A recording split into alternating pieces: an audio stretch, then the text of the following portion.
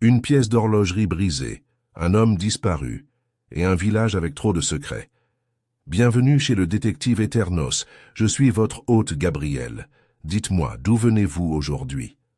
Vos messages éclairent toujours le mystère. Laissez un commentaire ci-dessous. Et maintenant, commençons. L'horloge du clocher sonna 4 heures, avec une solennité retentissante, qui résonna sur les toits endormis de Netterdurnham, un village si petit que même le scandale dut frapper à 2 fois avant d'être autorisé. Ce jeudi-là, les haies de Gossamer Lane étaient soigneusement taillées, les rosiers se dressaient au garde-à-vous sous le soleil de fin d'après-midi, et la vie du village bourdonnait à son rythme habituel. Mais sous la surface, quelque chose clochait. Tout avait commencé par un colis. Non pas son apparition, c'était la routine, mais plutôt sa disparition. Monsieur Simpkins, le facteur, connu pour sa ponctualité irréprochable et sa montre en argent cabossé qu'il vérifiait à chaque portail, n'avait pas fait sa tournée de l'après-midi. Son vélo rouge avait été aperçu appuyé contre la haie près du presbytère peu après 15 heures, mais à 16 heures, homme et machine avaient disparu. En tout autre lieu, une telle absence aurait pu être imputée à un retard ou à un détour. Mais à Netterdurnham, où les poules du vicaire connaissaient l'heure au bruit de sa bêche et où le thé était servi avec une précision militaire, l'absence de M. Simpkins provoqua une panique immédiate, quoique distinguée. Au Laurel, Miss Marple était assise près de sa fenêtre au rideau de dentelle, une pelote de laine bleu pâle sur les genoux. Ses aiguilles cliquetaient sans cesse, son regard bien plus fixé sur la rue que sur le bonnet de bébé qui se formait. Elle avait remarqué de manière assez percutante que Madame Fanshawe, au numéro 4, observait dehors depuis près de 20 minutes, l'inquiétude grandissante. La lettre de Miss Marple, adressée de sa belle écriture bouclée à une cousine de Torquay, était restée sans réponse près du portail. À 16h30, le premier appel fut lancé aux gendarmes. Le jeune sergent Tom Bradbury, fraîchement sorti de l'entraînement et pas encore complètement habitué au rythme de la vie du village, remonta Gossamer Lane, un carnet sous le bras et une expression de nonchalance consciencieuse. Il s'entretint brièvement avec Madame Fanshawe, griffonna quelques notes et lui assura que le facteur avait peut-être eu un accident de vélo. Mais à 5 heures, le révérend Hargreaves arriva au commissariat, le pantalon taché de boue et la voix tremblante. Il avait trouvé M. Simpkins, ou plutôt il avait trouvé son corps, face contre terre dans le bosquet derrière le jardin du presbytère, à peine caché, sa casquette de travers, sa montre en argent serrée dans une main inerte. Le vélo était tout près, sa roue avant pliée à un angle étrange. Un paquet de papier Kraft gisait près de la haie. Son contenu, une écharpe en laine à moitié tricotée et une petite boîte de sablé, éparpillées comme de curieuses reliques d'une civilisation déchue. Comme on pouvait s'y attendre, le village est entré en éruption. À l'Ouaille verte, les rumeurs se répandaient plus vite que l'odeur du cognac. M. Gudjon, le boucher, déclara qu'il s'agissait sûrement d'un vol qui avait mal tourné. Madame Leslie, la veuve du papetier, jura avoir entendu des éclats de voix plus tôt dans la matinée près de l'épicerie. Et à l'Institut des femmes, Madame Penaligoun s'évanouit dans son tambour à broder, en apprenant que M. Simpkins avait une entaille derrière l'oreille gauche. Comme s'il avait été frappé par quelque chose de lourd, dit-on. Oh, miséricorde, comme un fer à repasser. De retour au laurier, Miss Marple ne s'était pas évanouie. Elle n'avait pas non plus abandonné son tricot, mais ses aiguilles s'arrêtaient de temps à autre, le temps qu'elle réfléchisse à ce qu'elle savait. Elle avait toujours trouvé révélateur que les gens puissent s'exprimer si librement chez eux, surtout lorsqu'ils jugeaient leur auditoire trop âgé, trop pittoresque ou trop insignifiant pour avoir de l'importance. Miss Marple, cependant, avait appris depuis longtemps qu'observer les gens, c'était un peu comme broder. Des filles apparemment innocents cachaient souvent un motif plus astucieux. Plus tôt dans la journée, elle avait remarqué que Madame Edgecombe, la femme du boulanger, avait reçu une lettre qu'elle avait aussitôt cachée dans son tablier. Elle avait vu le jeune monsieur Elgin du bureau de poste pâlir en parlant avec le sergent Bradbury, et elle avait entendu madame Fanshawe dire, sans réfléchir, que Simpkins prenait toujours le raccourci par le cimetière le jeudi, une information qu'elle n'aurait pas dû savoir si elle n'avait pas été observatrice. Oui, quelque chose clochait à Nether-Durnham. Pas seulement un meurtre, même si c'était déjà assez choquant, mais quelque chose de complexe, quelque chose qui nécessiterait plus que des uniformes et des procédures pour être démêlé. Quelque chose enraciné dans le cœur des gens et les recoins cachés de la vie villageoise. Et ainsi Miss Marple se versa un petit verre de sherry, ajusta ses lunettes et commença à démêler lentement et délibérément un mystère qui ne faisait que commencer. Elle n'avait pas besoin d'une scène de crime, elle n'avait pas besoin de mobile, pas encore. Elle avait simplement besoin d'observer, car d'après son expérience, les gens sont comme des feuilles de thé. Placées dans les bonnes conditions, leur vraie nature remontait toujours à la surface. Le lendemain matin, Nether-Durnham avait accompli l'exploit remarquable d'être à la fois abasourdi et rongé par les spéculations. La mort de M. Simpkins avait jeté une ombre sur le village, un endroit peu habitué au crime. Un chat perdu ou un malheureux malentendu autour d'une confiture de framboises lors de la fête d'été, tel était le lot habituel des drames villageois.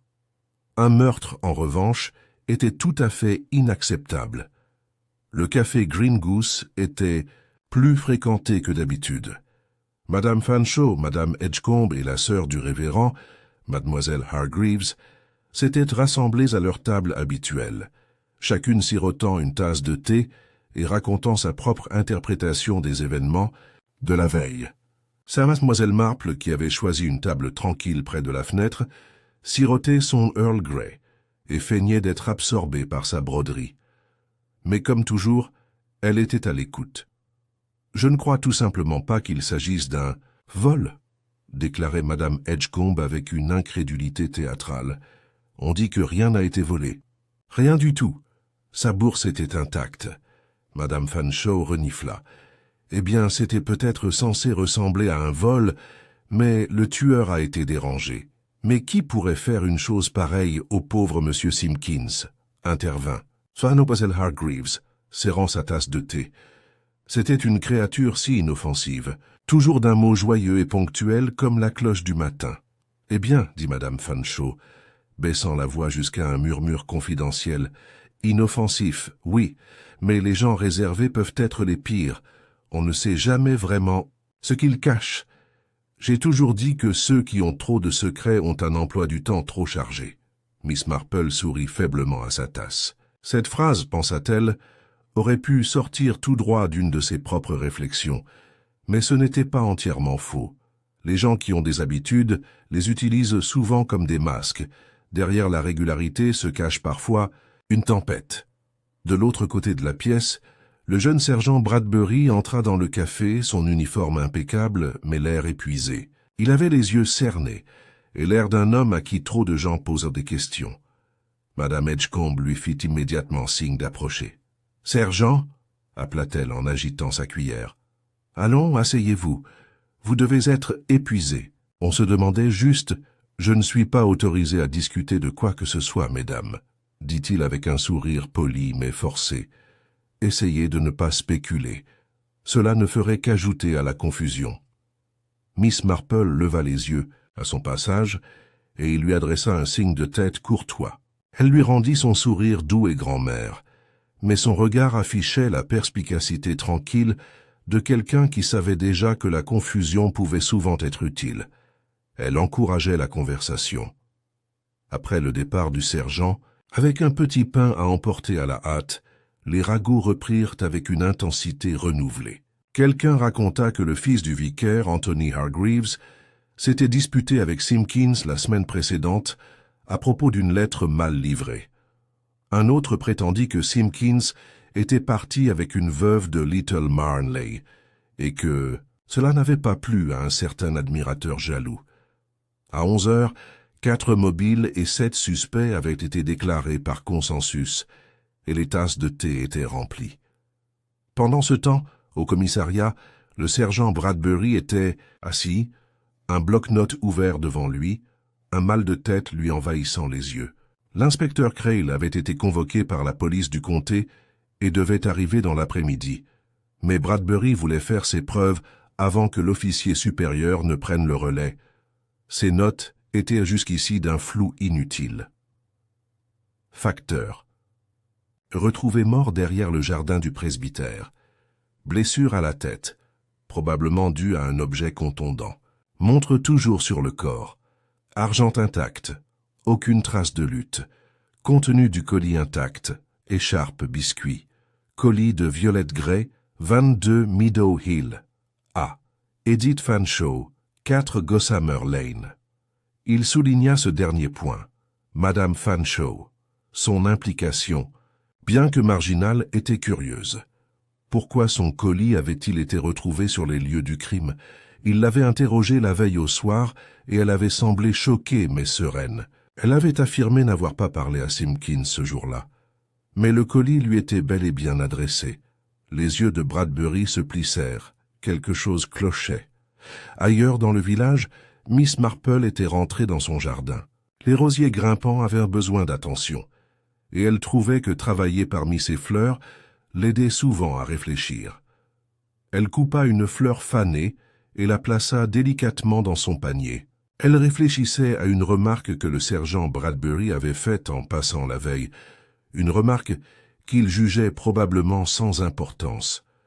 La montre en argent de Simpkins avait été retrouvée serrée dans sa main.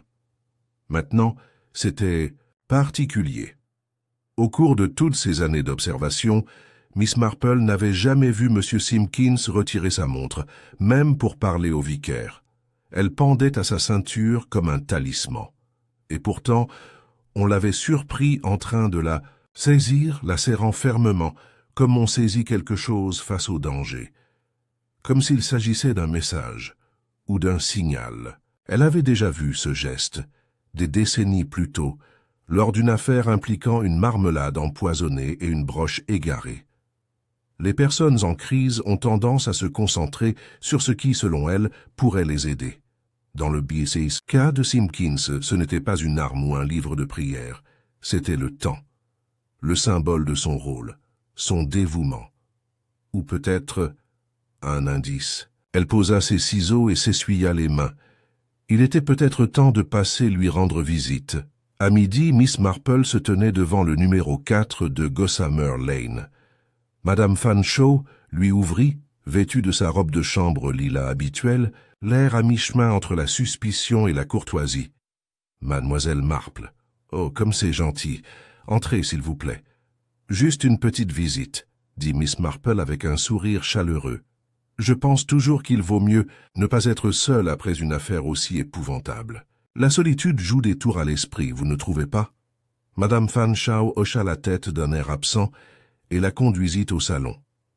Il était impeccablement tenu, avec une légère odeur de violette et de naphtaline. Le thé était déjà servi, et une tranche de Battenberg intacte reposait sur le plateau. Miss Marple s'assit près de l'âtre. « C'est terrible, pauvre monsieur Simpkins. On oublie, vous savez, combien nous sommes tous vulnérables, même dans les endroits les plus paisibles. » L'expression de Madame Fanshawe se crispa. « Je n'y comprends rien. Pourquoi lui ferait-on du mal? Et faire ça derrière le presbytère, de surcroît. » Miss Marple hocha la tête avec sympathie. « Oui, et dire qu'il avait votre colis avec lui. Une écharpe et des biscuits, paraît-il. » La femme cligna des yeux. « Oui, c'est Violette qui les a envoyés. C'est ma cousine de Meadow Hill. Vous deviez vous y attendre. Si, même si je n'en avais parlé à personne. Pas même à Madame Edgecombe qui, d'habitude, me raconte tout. C'est curieux. Alors comment M. Simpkins a-t-il su qu'il devait vous l'apporter directement à votre porte? » Madame Fanshawe hésita. « Eh bien, peut-être qu'il... Oh, je ne sais pas. Il connaît mon emploi du temps. Ou peut-être qu'il voulait le quitter. Et qu'il a été interrompu ?» Les yeux de Miss Marple pétillèrent. « Peut-être. Même si j'ai toujours pensé que cela révélait plutôt ce que les gens font lorsqu'ils sont interrompus. Voyez-vous, ce n'est pas l'action qui les définit, c'est la réaction. La tasse de thé de Madame Fanshawe tremblait légèrement sur sa soucoupe.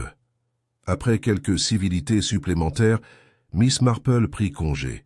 Elle descendit lentement le chemin, l'esprit en proie à un tourbillon silencieux, le colis, la montre saisie, l'honnêteté sélective.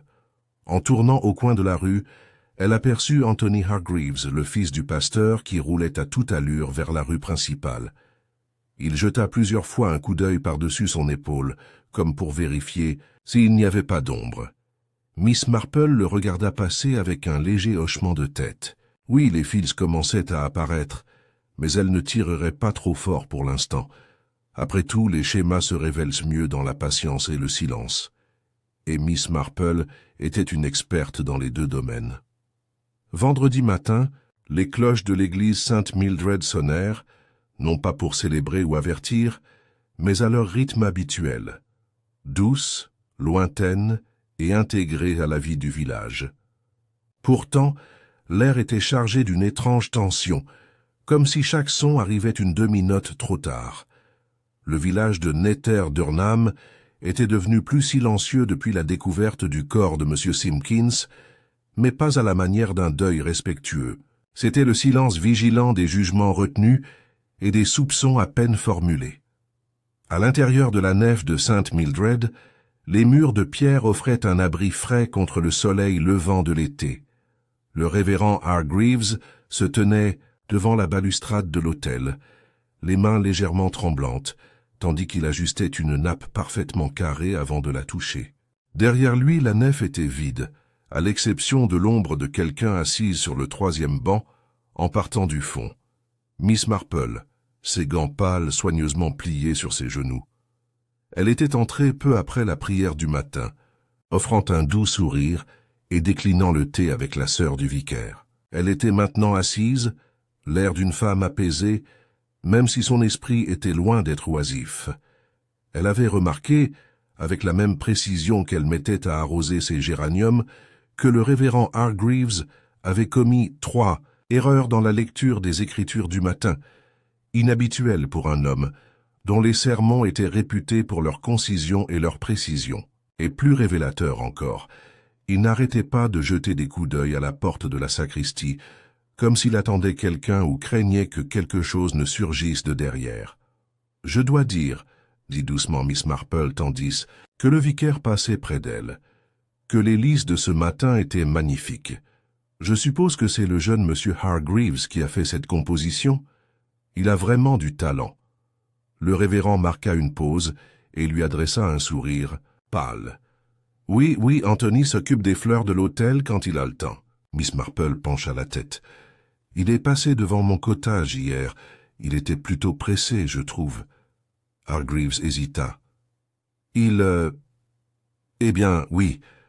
Anthony a toujours été nerveux. Il tient ça de sa mère. » Elle hocha la tête. « Et a-t-il été terriblement affecté par la nouvelle concernant M. Simpkins? J'imagine que la découverte du corps a dû être un véritable choc. » Quelque chose brilla dans l'expression du vicaire, un plissement des yeux, un tic. En effet, ce n'est pas un spectacle que l'on devrait voir. Ça lui a fait peur, sans aucun doute.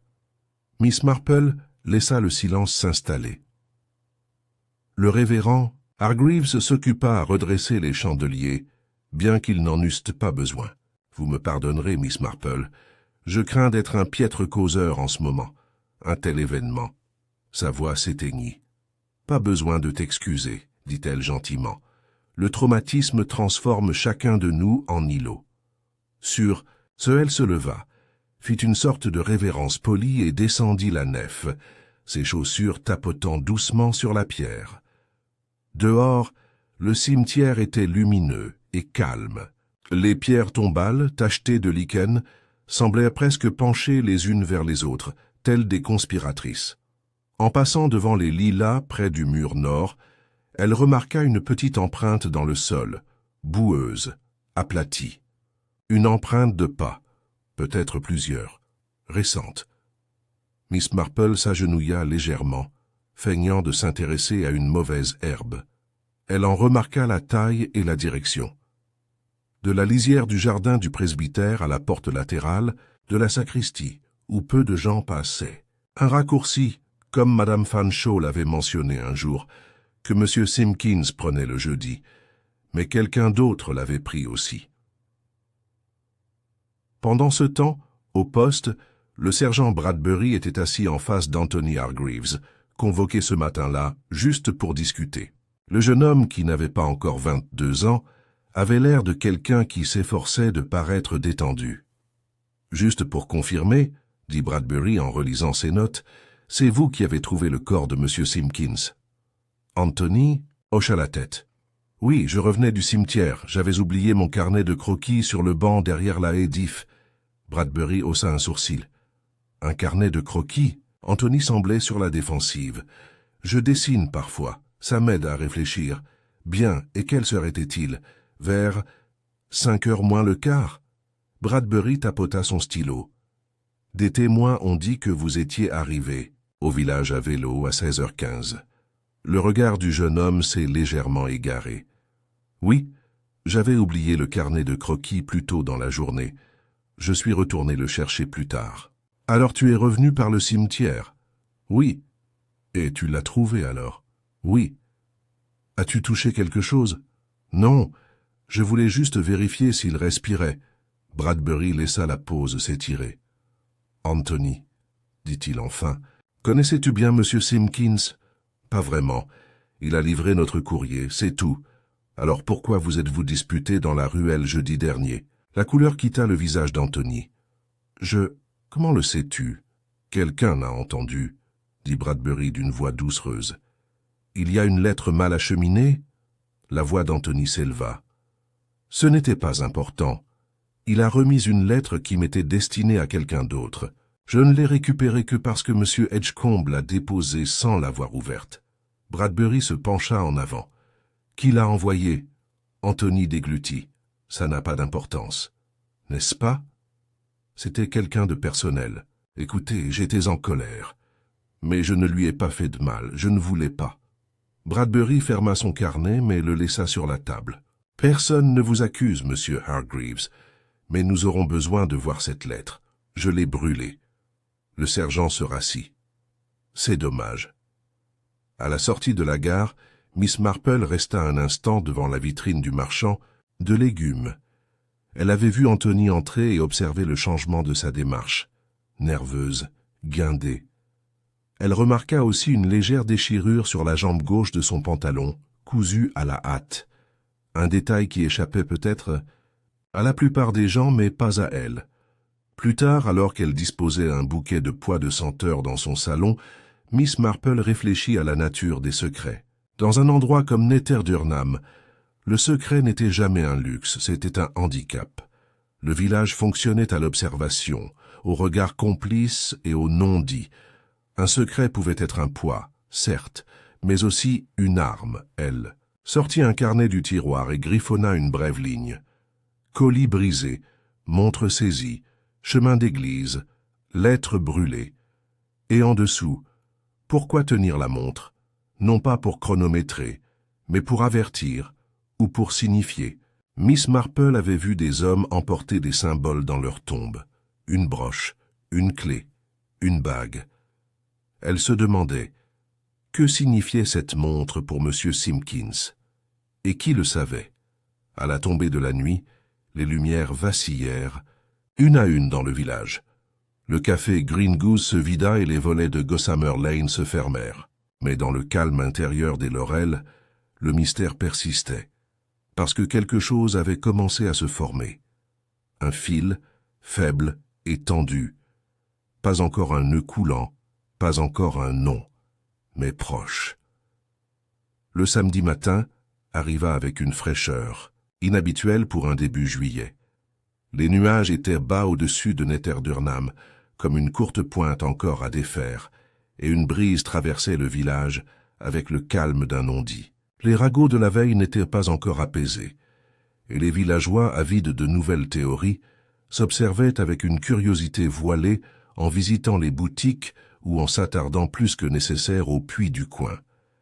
Miss Marple, cependant, n'était pas du genre à spéculer, du moins pas ouvertement. Sa routine du samedi la conduisait de l'autre côté de la place jusqu'à la boutique de M. Penry, le cordonnier niché entre le fleuriste et le bureau de tabac. Pour un observateur non averti, sa visite aurait pu être motivée par ses chaussures noires, dont les côtés commençaient à s'user. Mais Miss Marple avait une autre raison de venir. Et M. Penry était un homme dont la profession le plaçait dans une position unique. Il s'occupait des chaussures de presque tous les habitants du village. Comme il le dit un jour au vicaire lors de la fête des moissonneurs, il n'y a pas une âme ici dont les pieds ne me parlent.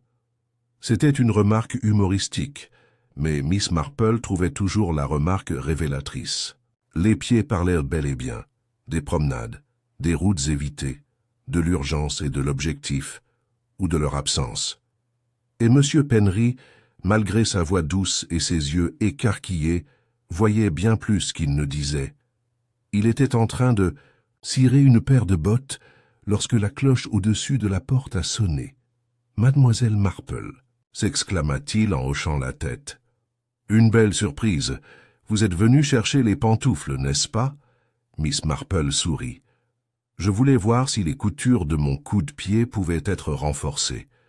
J'ai remarqué un léger effilochage. »« Bien sûr, laisse-moi voir. » Elle lui tendit la chaussure et, après une courte pause, s'assit près du comptoir.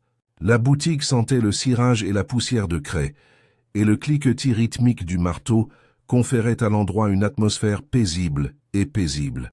« J'espère que les terribles événements de cette semaine n'ont pas perturbé votre scie. »« Travail, dit-elle, comme si elle faisait une remarque sur la météo. M. Penry secoua la tête, les sourcils froncés. « Oh, on ne parle que de ça, n'est-ce pas? Pauvre Simpkins. Je vous le dis. Je l'ai vu le matin même. Il est venu faire ajuster sa boucle de chaussure. »« Oh » demanda Miss Marple d'un ton léger, même si son intérêt s'éveilla. « Et était-il de bonne humeur ?» M. Penry hésita. « Maintenant que vous le dites, il ne l'était pas. Un peu brusque avec moi. Pas impoli, mais distrait. Il regardait sans cesse sa vieille montre en marmonnant que « le temps presse ». J'ai supposé qu'il parlait de sa tournée de livraison, mais maintenant... Il s'interrompit, termina le cirage de sa chaussure et la posa soigneusement de côté. A-t-il dit où il allait? Non, mais il avait un paquet scellé dans sa sacoche, du papier kraft, de la ficelle comme d'habitude. Il m'a dit qu'on le lui avait donné en main propre, ce que j'ai trouvé bizarre. La plupart des choses arrivent par le dépôt. Les yeux de Miss Marple se plissèrent légèrement. « À la main, a-t-il dit, de qui ?» Elle n'a pas mentionné de nom, elle a juste dit « Directement au numéro 4 », a-t-elle dit. Faut pas tarder. Numéro 4, ce serait Madame Fanshawe. Monsieur Penry émit un petit grognement de reconnaissance. C'est vrai. C'est drôle. Que vous la mentionniez. Elle est arrivée il y a moins de 3 jours, demandant une sangle pour sa vieille valise.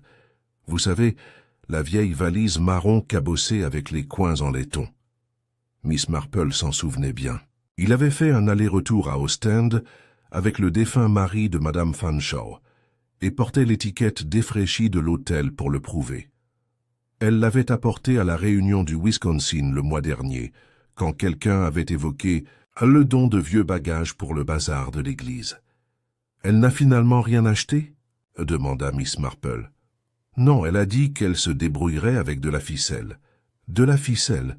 Sur cette vieille valise, elle a dit qu'elle n'avait rien de lourd à porter, juste des documents. » Miss Marple croisa ses mains gantées sur ses genoux. « Et elle n'avait rien dit sur le fait d'attendre une livraison? » Non, pas un mot. Mais ça ne veut pas dire grand-chose.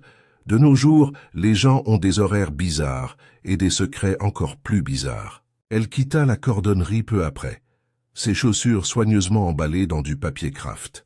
Elle marchait lentement dans Sycamore Lane, perdue dans ses pensées. Un colis remis en main propre, une valise censée ne contenir que des papiers, un facteur mort avec ce colis brisé à ses côtés. Elle tourna vers la rue principale et se dirigea vers la bibliothèque du village. Bien que silencieuse comme une crypte la plupart du temps, la bibliothèque recelait bien plus que de simples livres. Elle était du ressort de mademoiselle Hilda Murgatroyd, la bibliothécaire et gardienne autoproclamée de la moralité de Nether Durnham. Si quelqu'un avait visité la bibliothèque dans les jours précédant le meurtre, mademoiselle Murgatroyd le saurait, à la minute près, et avec un jugement affirmatif. Comme prévu, la bibliothèque était vide, à l'exception de Miss Murgatroyd, elle-même assise derrière son bureau comme un sphinx solennel. « Bonjour, mademoiselle Murgatroyd », dit mademoiselle Marple avec une chaleureuse joie. « Ah, mademoiselle Marple », répondit la bibliothécaire avec un léger hochement de tête. « Vous constaterez que notre section jardinage a été récemment recataloguée, et l'almanach de cuisine de 1904 est de nouveau en circulation. Ravissant. Je me demandais si je pouvais vous demander de jeter un coup d'œil rapide au registre des visiteurs. » Les yeux de mademoiselle Murgatroyd vacillèrent. « Nous n'avons pas l'habitude de révéler ce genre de choses, bien sûr. Confidentialité oblige. »« Bien sûr, » dit Miss Marple. « J'espérais toutefois vérifier quelque chose pour cette chère madame Fanshawe. Elle a égaré le reçu du grand livre qu'elle a emprunté, et comme vous le savez, elle est devenue très irritable depuis, eh bien, l'affaire avec M. Simpkins. » À ces mots, le sang-froid de mademoiselle Murgatroyd s'adoucit légèrement. « Oh oui, quelle horreur! Voyons voir. » Elle ouvrit le mince carnet bleu et fit glisser son doigt sur la page. « Oui, nous y voilà. Madame Edith Fanshawe. Nous sommes venus mercredi. J'ai consulté British Rail rétrospective d'un siècle et Civil Service Record Keeping, guide des méthodes d'archivage. Une lecture aride, je dirais. » Les yeux de Miss Marple se posèrent sur les titres. « Des méthodes d'archivage, dites-vous? Cela semble assez précis. » Mademoiselle Murgatroyd renifla. Elle a dit que c'était pour la succession de sa cousine Violette, triée de vieux papiers. Mais j'ai toujours pensé que Violette vivait à Little Marnley, pas à Birmingham. Les gens se déplacent souvent de manière très étrange. T'as dit gentiment Miss Marple. Mais son esprit tournait plus vite que les pages de n'importe quel grand livre. Une femme qui a emprunté des livres sur la conservation des documents, qui est allée chez un cordonnier pour s'enquérir de sa valise, mais a affirmé qu'elle ne transporterait que des papiers, qui s'est envoyé un colis, en main propre. La montre, le colis, son contenu brisé. Était-ce vraiment des biscuits et du tricot, ou quelque chose avait-il été échangé ou caché avant la livraison? De retour au laurier, Miss Marple passa devant le bureau de poste. Monsieur Elgin, le commis, balayait le pas de la porte avec plus d'enthousiasme que de précision. Il s'arrêta en la voyant. « C'est une affaire terrible, n'est-ce pas ?» dit-il. « Tout à fait, » répondit-elle. « J'imagine que tu es très occupé ces jours-ci. » Débordé. L'inspecteur Crail a fait des allers-retours, s'enquérant des journaux de routage et des livraisons de courrier. J'ai dû déterrer le manifeste du mois dernier. Ah bon? Monsieur Simpkins a-t-il fait beaucoup de livraisons spéciales? Pas souvent. Mais il a eu quelques affaires confidentielles cette semaine. Elles ont été signalées comme à déposer en priorité, ce qui signifie généralement que quelqu'un les a glissées en main propre et a demandé la discrétion. Ces enregistrements seraient-ils toujours dans le grand livre? Monsieur Elgin fit un signe de tête vers le bureau. Oui, mais avec tout ce remue-ménage, j'ai à peine eu le temps de regarder. Le ton de Miss Marple resta aimable. N'hésitez pas à me signaler tout ce qui vous semble anormal. Il hocha la tête distraitement, se retournant à son balayage. Lorsque Miss Marple entra dans son salon, le schéma était devenu plus clair, bien que loin d'être complet. Quelqu'un avait remis ce colis directement à Simpkins, sans le protocole habituel du dépôt. Quelqu'un voulait qu'il soit livré rapidement et discrètement. Mais pourquoi une telle urgence pour une écharpe et des biscuits? Ou n'était-ce pas ce que contenait à l'origine le colis? Elle prépara une nouvelle théière de thé, déposant un seul morceau de sucre sur sa soucoupe, une vieille habitude lorsqu'elle avait besoin de réfléchir, parce que maintenant, elle avait une question qui ne concernait pas seulement l'identité du tueur de M. Simpkins, mais que portait-il exactement lorsqu'il est mort? Le dimanche matin arriva avec une sérénité feinte. Une légère bruine tombait sur les toits de chaume et le chant des rouges-gorges malgré la pénombre. Les cloches de Sainte Mildred sonnaient comme d'habitude, appelant les villageois à la messe du matin, mais les fidèles rassemblés sous les arches le faisaient à voix basse et avec des regards méfiants. Nether Durnham commençait à ressentir la pression. À ce stade, le village était divisé entre deux courants de pensée.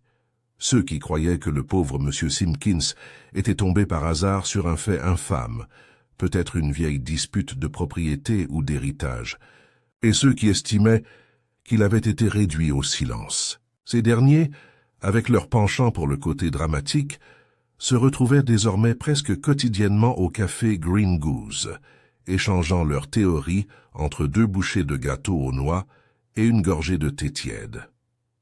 Miss Marple, qui avait assisté à l'office du matin, assise modestement sur son banc habituel, au fond. Son chapeau, simple et discret, ombrageait ses yeux, qui ne manquaient de rien. Elle remarqua l'absence de Madame Van Schoof, un fait rare, compte tenu de sa tendance habituelle à afficher sa piété. Plus curieusement, Anthony Hargreaves était également absent, bien que le vicaire ait prononcé le sermon avec une vigueur inhabituelle, peut-être pour compenser. Mais ce ne sont pas les absences qui ont le plus intrigué Miss Marple ce matin-là.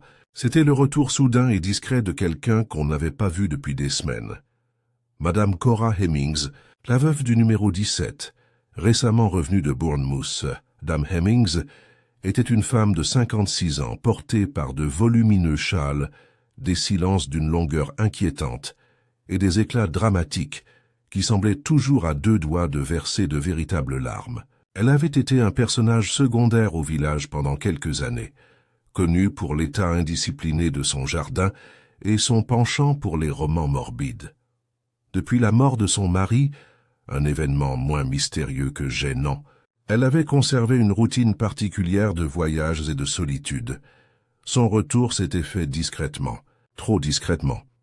Miss Marple, toujours du genre à accueillir les nouveaux arrivants, ou les anciens qui reviennent, lui rendit visite cet après-midi même, sous le prétexte poli de lui apporter un pot de confiture de groseille et de s'enquérir de sa santé. Madame Hemmings l'accueillit avec un sourire surpris, ses cheveux lâchement attachés et sa maison sentant la naphtaline et le linge humide. « Mademoiselle Marple, oh mon Dieu, c'est très gentil à vous. Entrez, s'il vous plaît, l'au bout. » Miss Marple accepta l'invitation d'un signe de tête gracieux et entra dans le couloir sombre, observant les détails. Une paire de galoches boueuses près du porte-parapluie, une tache fraîchement séchée sur le tapis près de la porte, et une grande enveloppe en papier Kraft glissée sous une pile de magazines sur le buffet.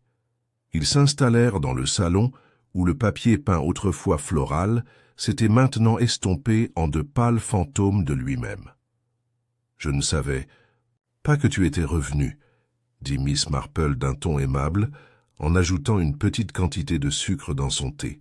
« Je suis arrivée vendredi soir, » répondit Madame Hemmings. « Je ne voulais déranger personne. Je me suis dit que je devrais m'installer avant d'affronter toute cette agitation. » Un instinct sage, acquiesça Miss Marple, surtout avec la terrible nouvelle concernant le pauvre M. Simpkins. La veuve pâlit. « Oui, oui, bien sûr. Terrible. Je ne l'ai appris qu'hier en allant chercher le courrier. Le jeune homme au bureau. Elgin, je crois. Il avait l'air assez effrayé quand je lui ai demandé des nouvelles de Simpkins. Tu le connaissais? Bien? Oh, pas très bien. Mais il apportait toujours mon bulletin de retraite et je lui donnais une part de gâteau de Madère si j'en avais. Toujours poli, toujours ponctuel. » Miss Marple prit une longue gorgée de thé. « Je me demande si vous avez reçu des colis pendant votre absence. » Madame Hemmings cligna des yeux. « Non, rien. Juste quelques tracts de la mairie et une lettre. De ma nièce. Je les ai tous trouvés dans la boîte aux lettres hier. Aucun colis n'a été livré par erreur ?» Elle hésita. « Non. Eh bien, c'est drôle. J'ai trouvé un petit mot sur le pas de ma porte. Tu sais, les petites cartes que Simpkins laissait quand tu lui manquais. Oh, oui. Il a dit qu'un colis avait été retourné au dépôt. Chose étrange, cependant, je n'avais rien commandé. L'intérêt de Miss Marple s'accrut. Avez-vous toujours le ticket? Je crois. Voyons voir. Madame Hemmings disparut dans le couloir et revint un instant plus tard avec un mot froissé. Miss Marple le déplia soigneusement. Il s'agissait bien d'un bon de livraison de M. Simpkins. L'écriture, incontestablement la sienne, comportait une « Heure 14h45 jeudi » et une simple note « Colis non livré remis au commis. Nouvelle tentative lundi. L'esprit de Miss Marple tournait comme le ressort d'une montre jeudi. » C'était le jour où Simpkins était mort, entre 15 et 16 heures. S'il avait tenté de livrer au 17 à 15 heures moins le quart, cela signifiait qu'il transportait encore des colis non livrés peu avant sa mort. Et cela remettait en question l'hypothèse selon laquelle le colis retrouvé écrasé près de son corps était le seul qu'il ait eu en sa possession. Plus inquiétant encore était le timing. Le bureau de poste fermait généralement pour le thé entre 14 heures et 16 heures le jeudi. On n'attendait pas de Simpkins qu'il rende quoi que ce soit avant la fin de la journée, voire pas du tout. Elle glissa le billet dans son sac à main avec un mot de remerciement. Alors qu'elle s'apprêtait à partir, Miss Marple s'arrêta près du buffet. L'enveloppe en papier craft était restée coincée sous les magazines. « Je trie le courrier, je vois », dit-elle avec désinvolture. Madame Hemmings y jeta un coup d'œil. « Ah, ça? Juste de vieux documents fiscaux qu'Harold a laissés. J'avais l'intention de les brûler depuis des années. C'est toujours bien de garder une boîte ignifuge pour ce genre de choses, » dit Miss Marple en ajustant ses gants. Dehors, la bruine s'était transformée en une fine brume. Miss Marple rentrait lentement chez elle, le fil de ses pensées s'attardant sur quelque chose d'insaisissable. Un colis retourné, un retraité absent pour le recevoir, une enveloppe non postée mais laissée à la vue de tous. La réaction de Madame Hemmings n'avait pas été excessivement défensive, mais elle avait été trop rapide, trop préparée. De retour au Laurel, Miss Marple trouva un mot qui l'attendait. Mary, la femme de chambre, toujours assidue, l'avait laissé dans un coin de la table du salon. Le sergent Bradbury est venu. L'inspecteur Crail a trouvé quelque chose à la poste. Il a dit que vous voudriez peut-être le voir vous-même. Il sera là jusqu'à 18 heures. Crail posa son bonnet et ne prit que sa canne et son sac à main. Quelque chose lui disait que la pièce suivante du puzzle s'était retournée d'elle-même. Au bureau de poste, elle trouva l'inspecteur Crail exactement comme elle l'attendait, grand, maigre et l'air fatigué, avec l'air d'un homme plus habitué à classer des registres qu'à travailler sur le terrain. « J'ai entendu dire que vous étiez très active, Miss Marple, » dit-il en lui faisant signe d'entrer. « Bradbury dit que vous avez parlé à la moitié du village. On apprend beaucoup en livrant des confitures, » répondit-elle avec un sourire amusé. « J'ai cru comprendre que vous aviez trouvé quelque chose. » Il lui tendit un registre relié en cuir usé et légèrement taché d'encre. Voici le registre des livraisons spéciales. Les entrées sont manuscrites et mises à jour par les commis. Elle parcourut les pages. Le jeudi, il y avait 3 entrées. 1. Madame Fanshawe, dépôt prioritaire, 13h40 au 2. Rêvé. Hargreaves en main. Présenté. Confidentiel. 14h15. 3. Retour au dépôt. C. Hemmings. 14h45. Miss Marple passa son doigt sur la 2e inscription. « Remise en main propre », murmura-t-elle. Cela suggère que Simpkins transportait quelque chose qui n'était pas du tout acheminé par la poste. Crail hocha la tête. Le révérend prétend que c'était une enveloppe scellée, une affaire d'église. Mais il y a encore quelque chose de confus dans tout ça. C'est généralement la nature humaine, dit doucement Miss Marple. Elle referma le registre et leva les yeux vers lui. 3 colis, 3 femmes, un mort. Mais je me demande si le véritable message que M. Simpkins voulait transmettre n'a jamais été posté. L'inspecteur haussa un sourcil. « Et qu'est-ce que c'était, à votre avis » Miss Marple sourit faiblement. Je crois que c'était sur la montre, ou du moins l'heure qu'elle marquait. Elle n'a pas donné plus de détails, pas encore. Les pièces du puzzle étaient encore en train de se mettre en place, et une chose restait vraie, dans un village comme Netterdurnam, rien ne restait jamais enterré très longtemps. Lundi matin, Netterdurnam avait commencé à s'installer dans une sorte de rythme instable, comme une boule à neige secouée finit par laisser ses flocons tomber au fond. Pourtant, malgré le calme apparent, le courant sous-jacent des spéculations s'était intensifié, plus profond, plus sombre. Le meurtre de M. Simpkins, autrefois évoqué dans les coins et derrière les compositions florales, s'accrochait désormais à toutes les conversations comme un brouillard sur la place du village. Au laurel, Miss Marple ajouta une cuillerée de marmelade à son porridge matinal et passa en revue son catalogue mental. Le colis, la boîte de biscuits brisée, la montre serrée dans la main de M. Simpkins. 3 livraisons enregistrées, 2 confirmées par les destinataires et une retournée sans problème. Mais ce n'étaient pas les colis eux-mêmes qui la préoccupaient. C'était une question de temps.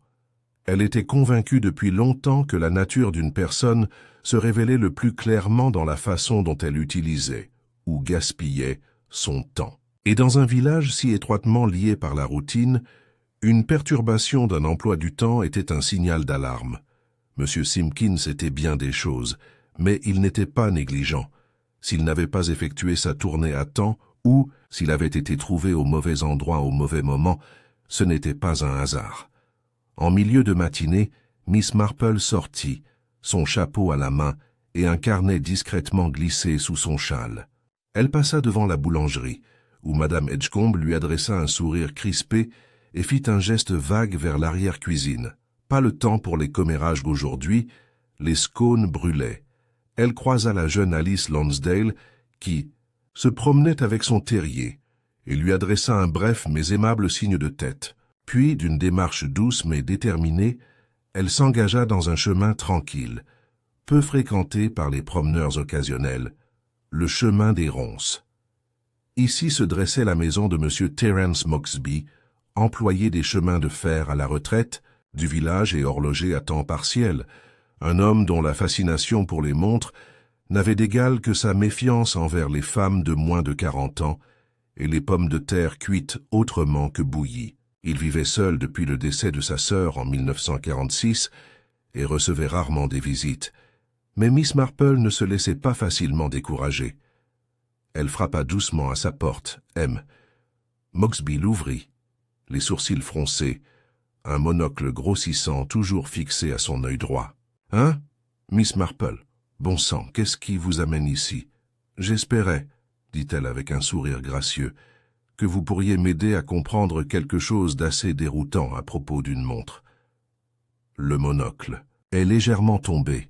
« Eh bien, dit-il en s'écartant, c'est plus intéressant que le courrier de ce matin.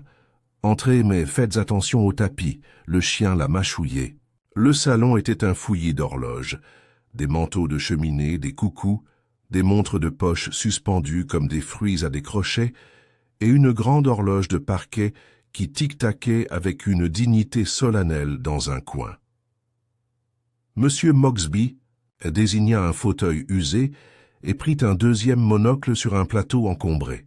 « J'ai récemment entendu dire, commença délicatement Miss Marple, que la montre de M. Simpkins avait été retrouvée serrée dans sa main.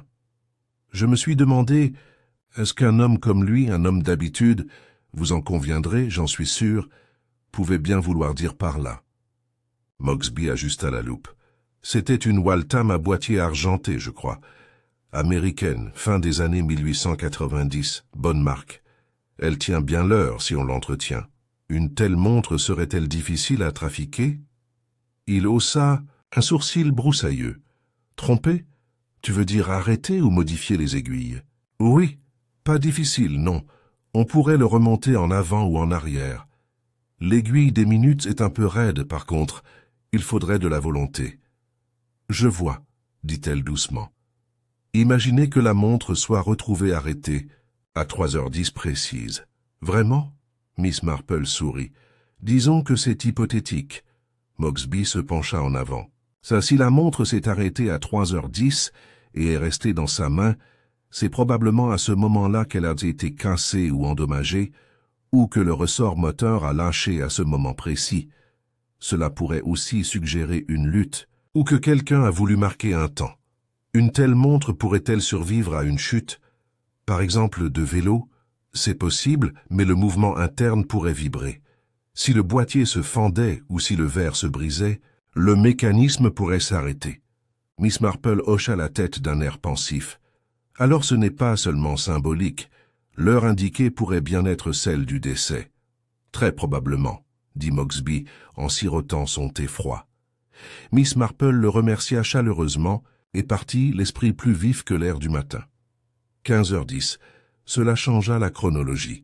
Les écritures du grand livre indiquaient que le colis destiné à Madame Fanshawe avait été livré à 13h40, celui destiné au révérend Hargreaves à 14h15, et le retour du colis de Madame Hemmings enregistré à 14h45. Mais Simpkins est décédé à 15h10. Il restait donc 25 minutes de retard. Qu'avait-il fait pendant cette courte période? Elle n'eut pas le temps d'y réfléchir longtemps. En passant par le chemin menant au jardin du presbytère, où Simpkins avait été retrouvé, elle remarqua quelque chose d'étrange. La sœur du pasteur, mademoiselle Hargreaves, était dans le jardin avec un sécateur, taillant ce qui semblait être des hortensias déjà taillées. Mademoiselle Marple, comme toujours, s'approcha comme par hasard. « Belle matinée, » dit-elle joyeusement. « Une bonne journée pour tailler, même si je pensais que tu l'avais déjà fait. » Miss Hargreaves se retourna brusquement. « Miss Marple, bon sang, Oui, enfin, j'en avais une. Mais j'ai trouvé de la moisissure et j'ai pensé qu'il fallait faire un peu de rangement. »« Tout à fait, » dit Miss Marple en se penchant par-dessus le muret. « J'ai toujours admiré le jardin du presbytère. J'ai cependant remarqué que les arbustes à l'arrière n'ont pas encore repris leur forme. Là où le pauvre M. Simpkins a été retrouvé, je veux dire. » Mademoiselle Hargreaves tressaillit. « Oh, oui, une affaire épouvantable. Je ne supporte toujours pas de regarder ce patch. Et pourtant, dit gentiment Miss Marple, je vous ai vu debout près de lui le lendemain. Avec un petit seau, si je me souviens bien. » Mademoiselle Hargreaves cligna des yeux. « Oh, oui, j'essayais de laver le sang. C'était indécent de le laisser là. C'est compréhensible, dit Miss Marple, mais je crois qu'il a beaucoup plu la nuit précédente. » Il y eut une pause. Mademoiselle Hargreaves rougit. « Je voulais juste aider. »« J'en suis sûre, » dit Miss Marple, « et vous avez toujours été si douée pour les détails. D'ailleurs, je me demande si vous n'auriez pas remarqué la position du vélo de M. Simpkins. » Mademoiselle Hargreaves hésita. « Oui, il était appuyé contre la clôture, inclinaison bizarre, roue avant tordue. Curieux. Et as-tu remarqué s'il y avait quelque chose près de sa main, à part la montre ?» Mademoiselle Hargreaves semblait avoir du mal. « Non, je n'ai pas regardé d'aussi près. » Les yeux de Miss Marple se plissèrent légèrement. « Voyez-vous, le colis qu'il portait était brisé, celui destiné à Madame Fanshawe, et pourtant, elle prétendait ne pas lui avoir parlé ce jour-là. Comment aurait-il su qu'elle était à la maison ?» La question flottait dans l'air comme de la fumée. « Je dois y aller, » dit rapidement Mademoiselle Hargreaves en glissant les ciseaux sous son bras. « J'ai le déjeuner à préparer. » Miss Marple sourit, mais son esprit avait déjà plusieurs pas d'avance. Elle continua jusqu'au numéro 4, où Madame Fanshawe était assise dans son salon, son tricot intact à côté d'elle, et un léger air de distraction obscurcissant son expression habituellement composée. Miss Marple n'a pas attendu l'invitation. « Je me demande, commença-t-elle doucement, si vous pourriez m'aider à comprendre quelque chose. Vous avez dit plus tôt que vous n'aviez pas parlé à M. Simpkins. Ce jour-là. » Madame Fanshawe cligna des yeux. « Je ne l'avais pas fait. Et pourtant, vous avez mentionné qu'il prenait toujours le raccourci par le cimetière le jeudi. C'est assez précis. » Madame Fanshawe pâlit.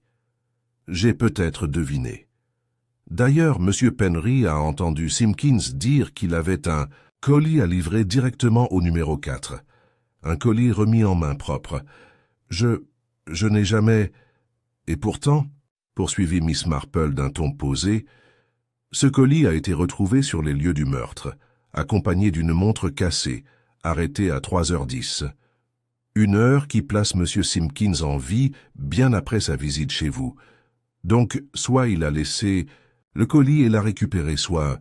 La voix de Madame Fanshawe était presque un murmure. « Que suggérez-vous, je suppose, » dit calmement Miss Marple, « que vous l'avez revu après sa tournée. Peut-être lui avez-vous demandé de revenir pour quelque chose, ou peut-être est-il revenu de son plein gré. Mais le colis, voyez-vous, n'était pas ce qu'il semblait être, et je crois que vous saviez exactement ce qu'il contenait. » Madame Fanshawe se leva brusquement et fit tomber sa tasse de thé par terre. Elle se brisa.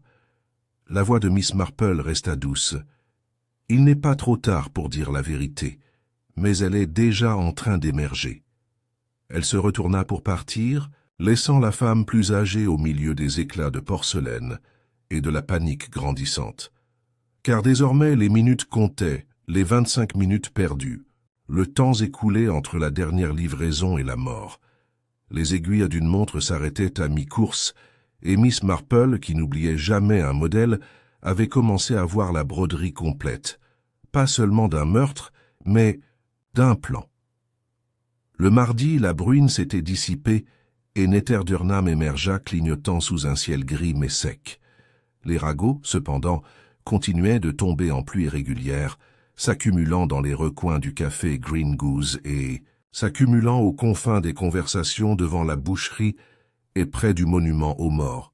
Pourtant, malgré toutes leurs théories, la déclaration de M. Gudgeon selon laquelle il s'agissait d'un vol qui avait mal tourné ou les soupçons soudains de Mme Edgecombe envers le locataire de sa propre nièce, aucune n'approchait la vérité que Miss Marple commençait à entrevoir. Un motif se dessinait, non pas aussi flagrant et criard qu'un damier, mais plutôt ténu, comme de la vieille dentelle tendue au coude. Des liens se tissaient secrètement, le colis faussement bénin, le retour délibéré d'un article non livré, une montre arrêtée à 3h10 précises, et des villageois qui en savaient bien plus qu'ils ne le disaient. Mais maintenant le temps est venu non pas de théoriser, mais de confirmer. En milieu de matinée, Miss Marple se dirigea délibérément vers le presbytère sous prétexte d'apporter des coupures de sa roseraie à Miss Hargreaves. Comme prévu, la sœur du pasteur était sortie faire des courses, ce qui permit à Miss Marple de trouver le pasteur en personne, debout dans l'embrasure de son bureau, l'air d'un homme au milieu d'un sermon qu'il n'avait pas prévu de prononcer. « Mademoiselle Marple, dit-il avec une surprise lasse, à quoi devons-nous ce plaisir ? J'ai pensé que les roses pourraient remonter le moral de ta sœur, et j'espérais que tu pourrais avoir un moment pour discuter. » Il hésita, puis recula. « Bien sûr. Je vous en prie, entrez. » Le bureau était toujours aussi bien rangé, ses meubles en chêne foncé polis d'un éclat terne. Un grand crucifix était accroché près de la fenêtre, projetant une longue ombre sur le sol. Sur le bureau se trouvait une pile de notes de sermon, un bol de pastilles à la menthe, et sous l'œil attentif de Miss Marple, un tiroir non verrouillé, juste assez entr'ouvert pour révéler un coin de parchemin blanc. Elle s'assit légèrement, sur le bord du fauteuil en cuir, lissant ses gants. « J'espère qu'Anthony se rétablit bien, » dit-elle doucement. « Il semblait plutôt perturbé la dernière fois que je l'ai vu. » Le vicaire hocha lentement la tête, les doigts croisés. « Il est perturbé. Cette terrible affaire l'a affecté plus qu'il ne l'admet. »« Oui, » acquiesça Miss Marple, « j'ai toujours pensé que les jeunes essayaient souvent de supporter la douleur en silence, en espérant qu'elle disparaisse. C'est rarement le cas. » Le regard du vicaire se posa sur le bureau. « Vous avez tout à fait raison. Anthony a pris de mauvaises décisions, je le crains. Une imprudence de jeunesse. »« Oh » demanda-t-elle d'un ton léger. « Il y avait une lettre, » avoua-t-il au bout d'un moment. « D'un cabinet d'avocats de Birmingham, adressée à Anthony. Il avait postulé pour un stage sous un faux nom. Il pensait, bêtement, qu'un changement de situation pourrait effacer certaines déceptions. Miss Marple hocha la tête. Et la lettre a été interceptée, par erreur, livrée chez le boulanger.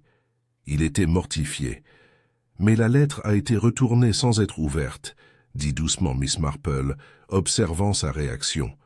Du moins, c'est ce qu'Anthony prétendait. La bouche du révérend se contracta. Je l'ai découvert dans la poubelle, déchiré, à peine lisible. Il l'avait donc lu.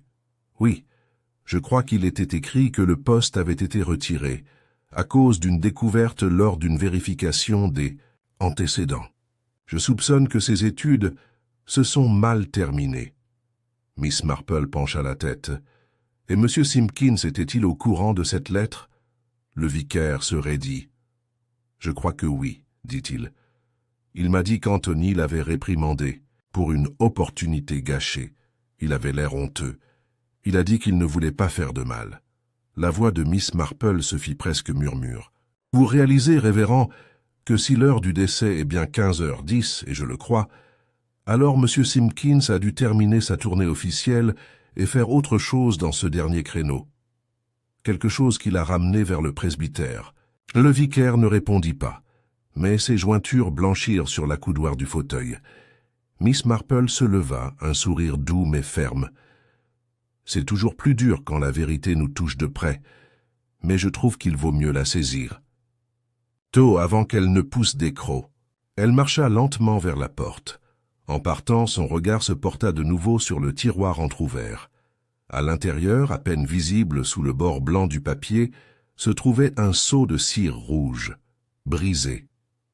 Cet après-midi-là, alors, que les nuages s'amassaient à nouveau à l'horizon nord, Miss Marple prit le thé dans son jardin avec le sergent Bradbury. Il était venu à sa demande par devoir et soupçonnait-elle, par respect croissant pour son incroyable capacité à décrypter des secrets que d'autres ignoraient.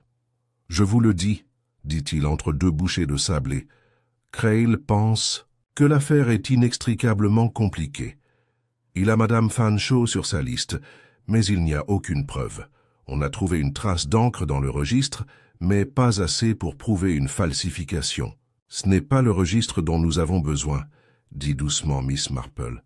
C'est le moment manquant, les 25 minutes entre la dernière inscription de Simpkins et sa mort. Bradbury fronça les sourcils.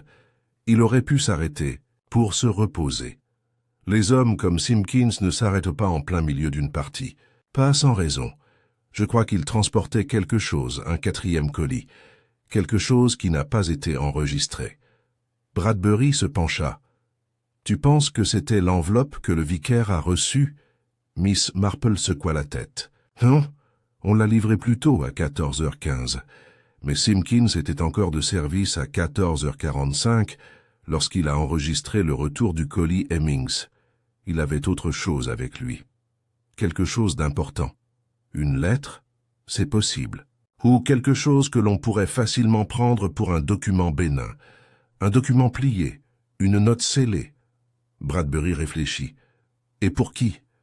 Miss Marple lui adressa un mince sourire. « C'est, je crois, ce qui lui a coûté la vie. » Au crépuscule, Miss Marple a rendu une dernière visite qu'elle avait reportée jusqu'à ce qu'elle ait la forme du puzzle en tête. Madame Fanshawe ouvrit la porte du numéro 4, le visage pâle et tiré. Fini la robe de chambre, pétillante et la coiffure serrée. Ses cheveux pendaient librement sur ses tempes et sa voix craquait comme de la porcelaine. « Encore toi, » dit-elle. « Tu es donc venu m'accuser ?»« Non, » répondit gentiment Miss Marple. « Je suis venu vous écouter, parce que je crois que vous avez beaucoup souffert, et je crois que cela vous brise le cœur. » Madame Fanshawe rit amèrement. « Tagus, avez-vous des fardeaux? Je sais que les secrets pèsent lourd, surtout ceux qui portent un voile de culpabilité. » La femme plus âgée détourna le regard. « Il est revenu, vous savez, Simpkins, cet après-midi-là, après l'accouchement. Il avait l'air effrayé. A-t-il dit pourquoi? Il m'a demandé si j'avais toujours la vieille valise. celle avec les coins en laiton. Il a dit qu'il avait besoin de cacher quelque chose. Il a dit qu'il était surveillé. Miss Marple ne parlait pas. Je l'ai laissé le laisser ici. Je n'ai pas regardé à l'intérieur, je le jure. Je pensais que c'était juste des papiers. Mais ensuite, il n'est jamais revenu. Puis-je le voir? Demanda Miss Marple. Madame Fanshawe disparut brièvement et revint avec la valise enveloppée dans une serviette. Mademoiselle Marple l'ouvrit lentement. À l'intérieur se trouvaient des enveloppes, des dizaines, toutes adressées à des mains différentes, toutes non ouvertes. Elle en prit un et lut l'adresse de retour. M. Charteris, audit interne de Royal Mail, Londres. Miss Marple expira lentement. Il signalait quelque chose, murmura-t-elle, une fraude ou un vol, peut-être quelqu'un qui détournait des colis, vendait de la correspondance privée, et quelqu'un l'a découvert. Madame Fanshawe s'enfonça dans son fauteuil. « J'aurais dû prévenir la police, » murmura-t-elle, « mais j'avais peur. Je ne voulais pas être impliquée. »« Vous étiez déjà impliquée, » dit doucement Miss Marple. « Mais maintenant, vous pouvez l'aider à terminer ce qu'il a commencé. » Elle ferma soigneusement la valise. Dehors, le ciel s'était assombri, mais les premières étoiles avaient commencé à briller. Miss Marple resta longtemps sur le pas de la porte, après que celle-ci se soit refermée derrière elle, regardant. La lumière de la lampe vacillait dans la ruelle. Le modèle était presque terminé, et avec un point de plus, il serait prêt à se défaire. Le lendemain matin s'annonça frais et froid pour un mois de juillet, comme si l'air lui-même retenait son souffle.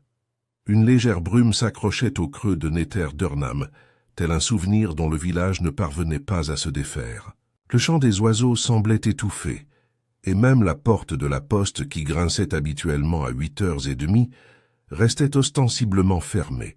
C'était le genre de journée où le silence pesait lourd, et Miss Marple, l'observant, derrière ses rideaux de dentelle, sut instinctivement que l'heure du jugement approchait.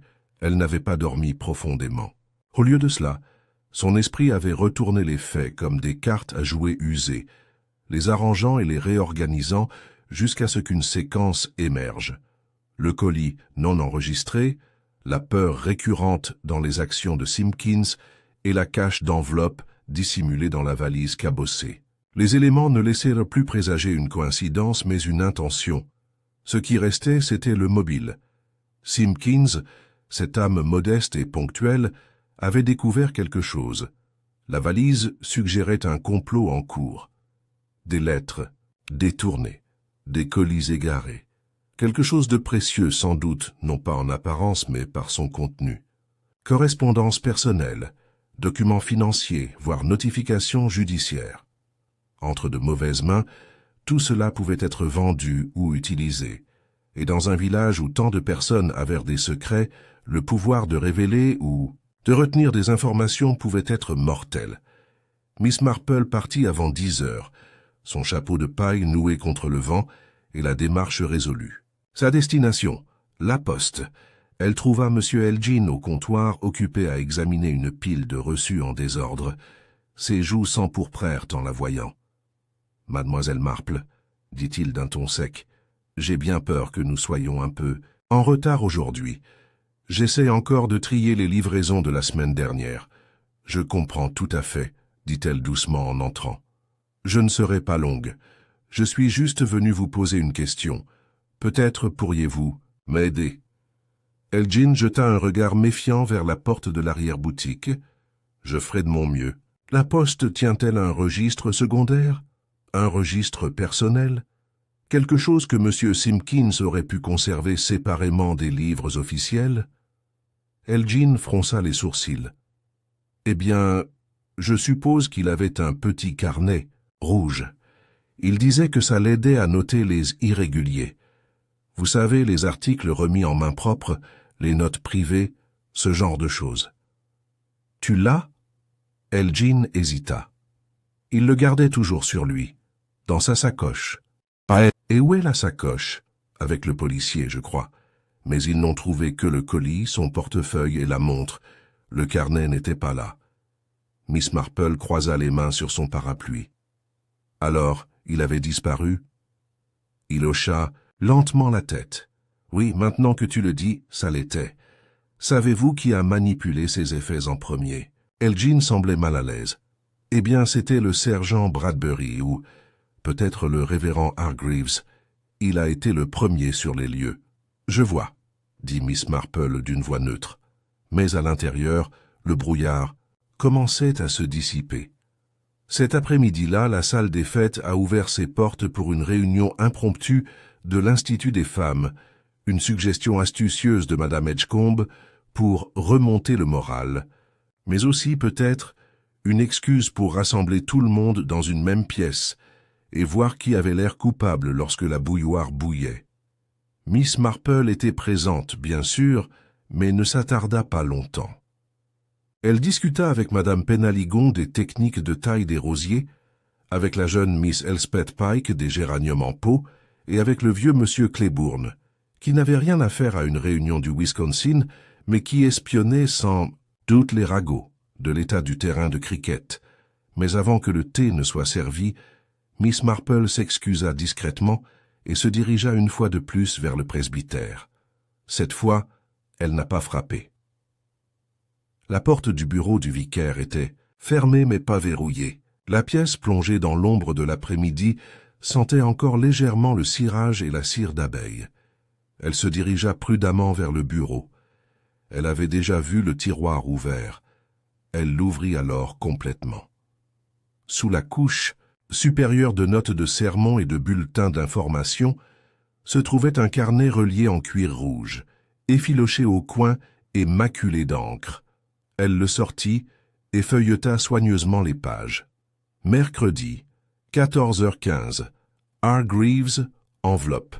Scellée, remise en main propre. Il semblait nerveux. Attention à son ton. Jeudi, 13h40. Fanshawe. Le colis était personnel. Aucune question. Ça sentait la poudre de lilas. Jeudi, 14h45. Hemmings. Pas de réponse. A laissé un mot. Retour du colis. Jeudi. 14h58. Inconnu. Demande de discrétion. Retour par le presbytère a été indiqué. Miss Marple fixait la dernière inscription. L'heure, 2h58. 12 minutes avant la mort de Simpkins. Elle copia l'entrée dans son propre carnet, remit le livre rouge exactement comme elle l'avait trouvé et sortit juste au moment où l'horloge du presbytère sonnait 3 heures. Alors, qu'elle s'engageait sur le chemin, elle aperçut un mouvement près de la haie du jardin. Antoine Hargreaves. Il se tenait debout, les bras croisés, sa veste trop légère pour le vent, son expression sombre et vigilante. Miss Marple s'approcha, d'un pas doux. « Vous prenez l'air, monsieur Hargreaves ?» Il tressaillit, puis hocha la tête. « Je suppose que oui. J'espère que ma visite ne vous dérange pas. J'ai toujours admiré ce jardin. » Il détourna le regard. « Ce n'est pas vraiment à moi. Je l'entretiens juste. J'imagine que tu aidais aussi ton père à ranger les choses à l'intérieur. Comme les tiroirs, par exemple. » Il n'a rien dit, elle poursuivit. C'est terrible de perdre son avenir, même temporairement. Et j'imagine que cette lettre a dû vous faire l'effet d'une trappe sous vos pieds. Anthony se retourna brusquement. Que veux-tu dire? Je veux dire que M. Simpkins n'était pas votre ennemi. Il essayait de faire ce qu'il fallait. Il avait découvert quelque chose d'assez grave. Une ingérence postale, si je ne me trompe pas. Des lettres réacheminées. Des correspondances confidentielles ouvertes et vendues. Il rassemblait des preuves et s'apprêtait à les transmettre à une agence gouvernementale. La gorge d'Anthony se serra. « Je ne sais pas ce que tu... » « Saviez-vous, dit-elle doucement, qu'il avait enregistré une réunion à 14h58 avec quelqu'un dont il ignorait le nom, quelqu'un qui lui avait dit d'utiliser le presbytère comme point de retour, quelqu'un qui lui avait peut-être demandé de rapporter quelque chose, un document, peut-être même une de ses lettres. Je n'ai pas... Mais il a rencontré quelqu'un, et il n'a pas vécu longtemps après. Et le carnet rouge dans lequel il avait tout noté a disparu jusqu'à hier. Le visage d'Anthony était devenu blanc comme de la craie. Je ne voulais pas, il n'était pas censé... Il recula en titubant. Il Il a menacé de tout révéler, tout. Il a dit que je couvrais quelqu'un. OMS? Mais... Anthony secoua la tête. Je ne peux pas. Je ne peux pas trahir mon père. Miss Marple resta silencieuse. Puis elle dit, très doucement, « Votre père s'est trahi dès l'instant où il a caché ce carnet. Il s'est retourné et s'est enfui dans la maison. » Miss Marple ne le suivit pas. Elle avait appris depuis longtemps que lorsque la vérité était trop lourde à porter seule, les gens finissaient par l'abandonner d'eux-mêmes. Ce soir-là, Miss Marple retourna au Laurel et envoya une brève note à l'inspecteur Crail. Il y a un registre rouge dans le tiroir inférieur gauche du bureau du révérend Hargreaves. Il contient la vérité. La dernière inscription est horodatée à 2h58, 12 minutes avant la mort. Demandez à Anthony Hargreaves, qui portait des gants ce jour-là, et qui a dit à Simpkins de rapporter les preuves par le presbytère. Elle scella l'enveloppe et la tendit à Marie avec pour instruction de la faire livrer avant le souper. Puis elle s'assit près du feu, tricotant lentement, la pelote de laine roulant doucement à ses pieds. Le mystère n'était plus un enchevêtrement. Le modèle était apparu, et la main qui avait déplacé les pièces, la main gantée, était sur le point d'être révélée. La nuit s'écoula dans le silence lent et rampant d'une scène attendant sa scène finale. À Nether-Durnham, les fenêtres brillèrent une à une, comme des braises sur le ciel de velours, puis s'assombrirent progressivement, plongeant le village dans l'ombre et le silence. Mais dans 2 maisons, les lampes restèrent allumées bien plus tard que d'habitude. L'une au presbytère, l'autre au laurier.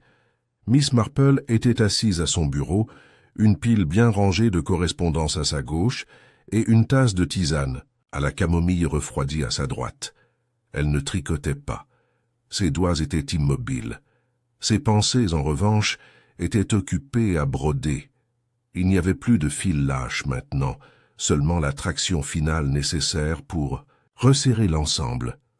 L'inspectrice avait reçu sa note et l'affaire était en cours. Mais elle attendait quand même une visite ce soir-là, et elle attendit donc, c'est arrivé juste après 10 heures.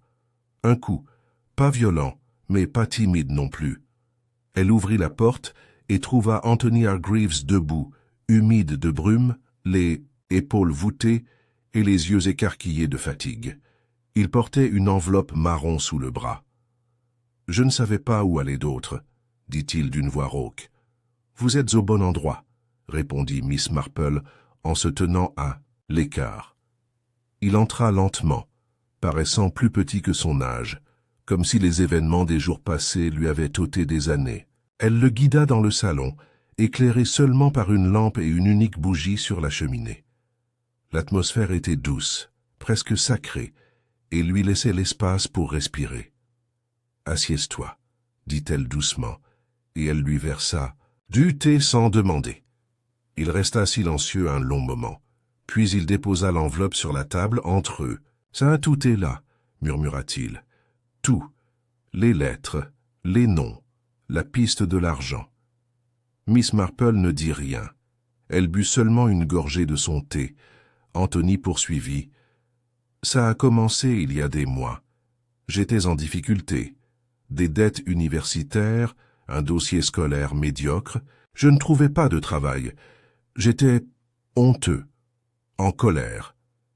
Et puis j'ai découvert. Quelqu'un interceptait des colis, confidentiels. Ils étaient censés être envoyés à des entreprises londoniennes, des banques, et même à un cabinet d'avocats de Plymouth. Ils ne sont jamais arrivés. On faisait chanter les gens, mademoiselle Marple. Quelqu'un collectait des lettres au contenu préjudiciable et les utilisait. Subtilement. Juste assez de pression pour les faire payer, céder ou disparaître. Elle fit un simple signe de tête grave. « J'ai confronté mon père », continua. Anthony, les yeux rivés sur sa tasse. Il n'a pas nié, il m'a dit que c'était juste, que ces gens avaient péché, que leurs secrets méritèrent d'être révélés.